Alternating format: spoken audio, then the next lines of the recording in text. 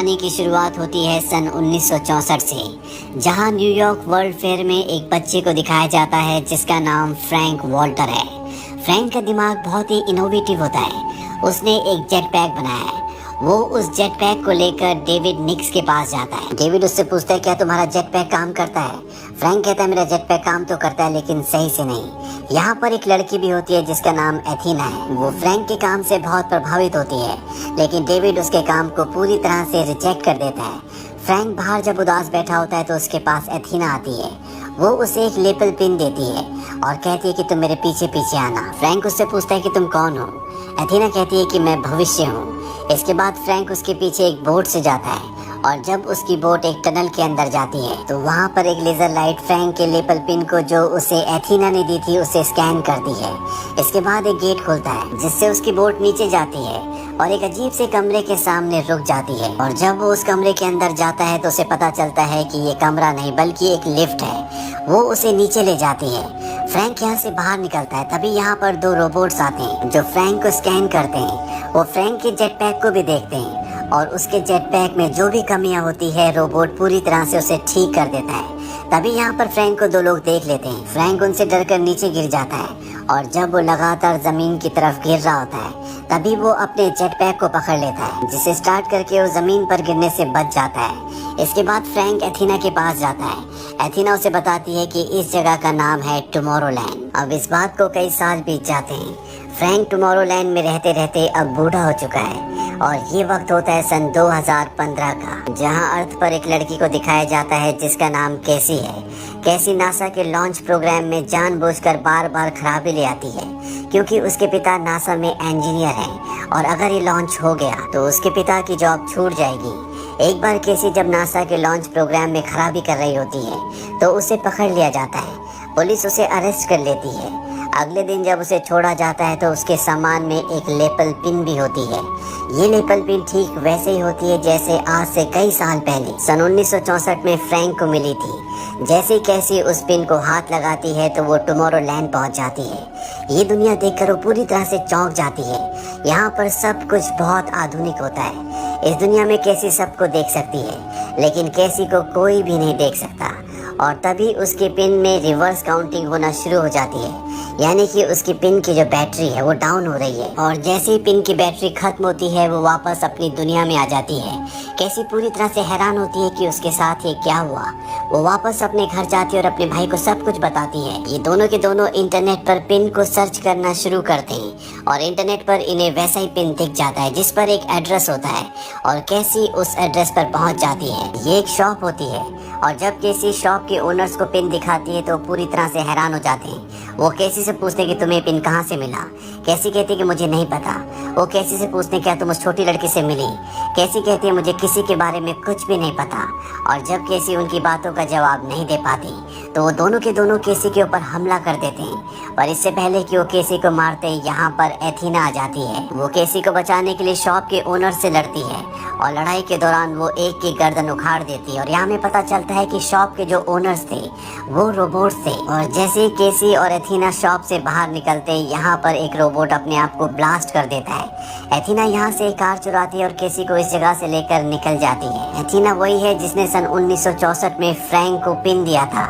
आज भी वो उतनी है क्योंकि एथीना इंसान नहीं है, वो भी एक रोबोट है। एथीना केसी से कहती है कि मैं भी एक रोबोट हूँ। जो पिन तुम्हें तुम्हारे सामान के साथ मिला था वो मैंने रखा था, वो मेरा आखिरी पिन था। और टुमारोलैंड कोई भ्रम नहीं बल्कि वो एक सच्चाई है। मेरा काम है पृथ्वी से ऐसे लोगों को टुमारोलैंड लेकर जाना जिनके अंदर टैलेंट है, जो कुछ करना चाहते हैं, ताकि वो टुमारोलैंड जाकर नई नई चीजें बनाएं, नए नए आविष्कार करें। और तुम्हें भी टुमारोलैंड के लिए चुना गया है। अगली सुबह एथीना केसी को फ्रैंक के घर के बाहर छोड़कर चली जाती है और जब केसी फ्रैंक के घर जाती है और उसे वो पिन दिखाती है जिसे छूने के बाद वो टुमारोलैंड पहुंच गई थी तो फ्रैंक बाहर आता है और उसे कहता है कि तुम अपने घर वापस चले जाओ। पर केसी टुमारोलैंड जाना चाहती है इसीलिए वो उसके घर के बाहर बैठी रहती है।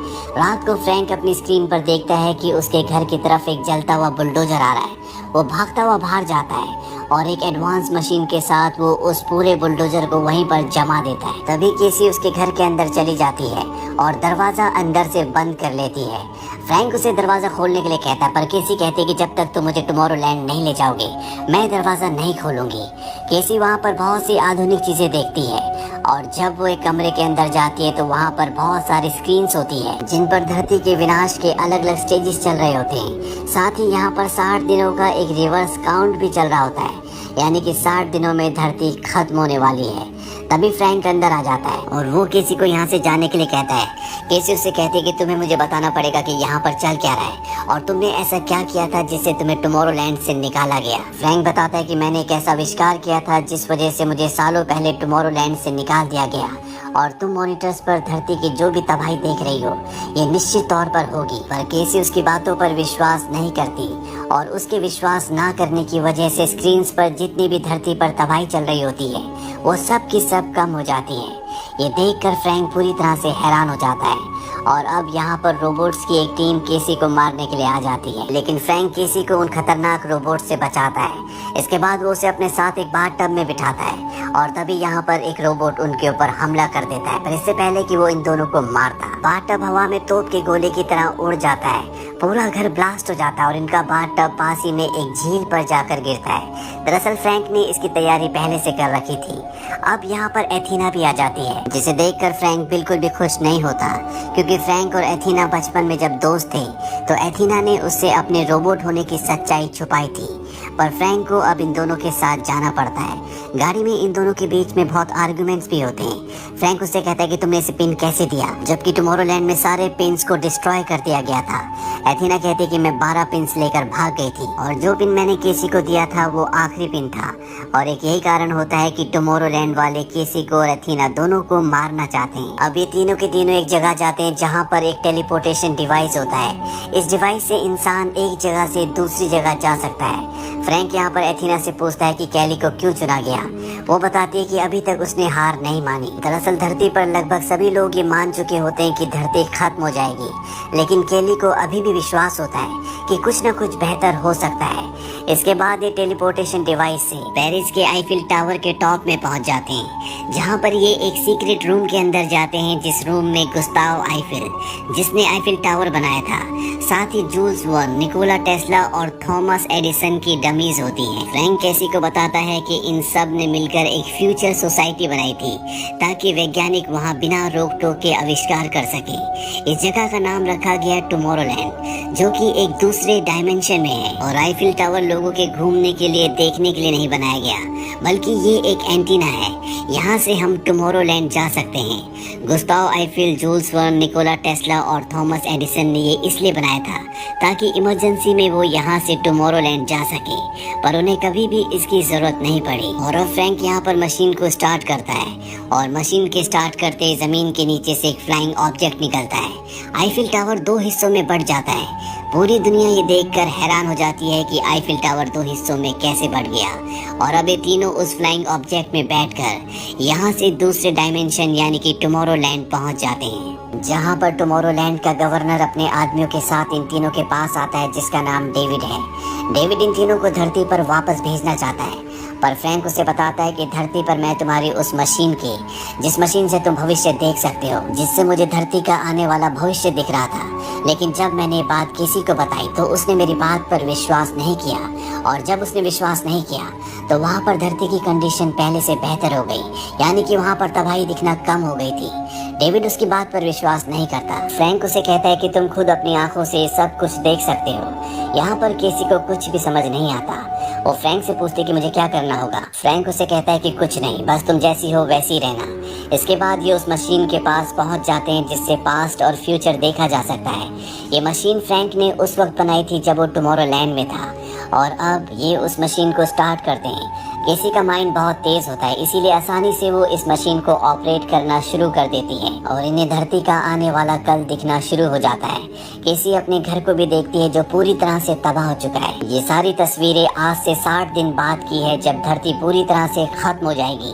केसी इस बात पर विश्वास नहीं करती। वो कहती है कि ऐसा नहीं हो सकता, और जैसी वो ऐसा बोलती है, पृथ्वी के भविष्य में जहाँ पर इन्हें सिर्फ तबाही दिख रही थी वहाँ पर सब कुछ ठीक हो जाता है।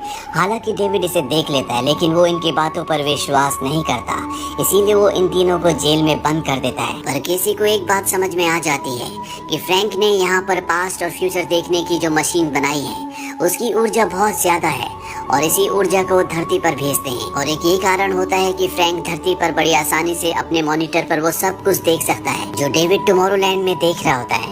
बस ये सब कुछ देखने के लिए सही फ्रीक्वेंसी की जरूरत होती है, और इस मशीन के जरिए जितनी भी पिक्चर्स आ रही होती है वो सब भविष्य की तबाही की होती है, और सबको यकीन है कि भविष्य अब खत्म होने वाला है, और ये सिग्नल धरती पर जा रहे होते हैं। इसीलिए धरती पर इंसानों को ये तो पता है कि बहुत जल्दी धरती खत्म होने वाली है, लेकिन वो ये भी मान चुके हैं कि वो इसमें कुछ नहीं कर सकते क्योंकि सब कुछ पहले से तय है। इसीलिए वो धरती को बचाने के लिए ना कुछ कर रहे होते हैं और ना ही सोच रहे होते हैं। केसी फ्रैंक से कहती है कि अगर हम इस मशीन को यहाँ पर बंद कर दें तो जो नेगेटिव मैसेजेस यहाँ से धरती पर जा रहे हैं वो पूरी तरह से बंद हो जाएंगे, और इसके बाद इंसान पॉजिटिव दिशा में सोचना शुरू कर देगा। वो सारी बातें डेविड को बताते हैं, लेकिन डेविड उनकी बात पर ज्यादा ध्यान नहीं देता।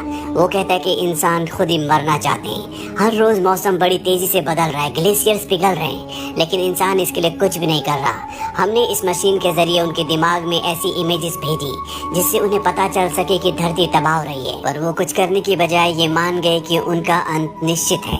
यहाँ पर केसी की बात बिल्कुल सही होती है। धरती पर वो लोग जो धरती को बचाने के लिए, पर्यावरण के लिए कुछ कर सकते हैं, इस मशीन के मैसेजेस की वजह से उनके दिमाग में पहले से फीड हो चुका है कि धरती का अंत निश्चित है, इसीलिए वो कुछ नहीं कर रहे होते। अब डेविड इन तीनों को वापस धरती पर भेज रहा होता है। वो फ्रैंक को अलविदा कहने के लिए उससे हाथ मिलाता है।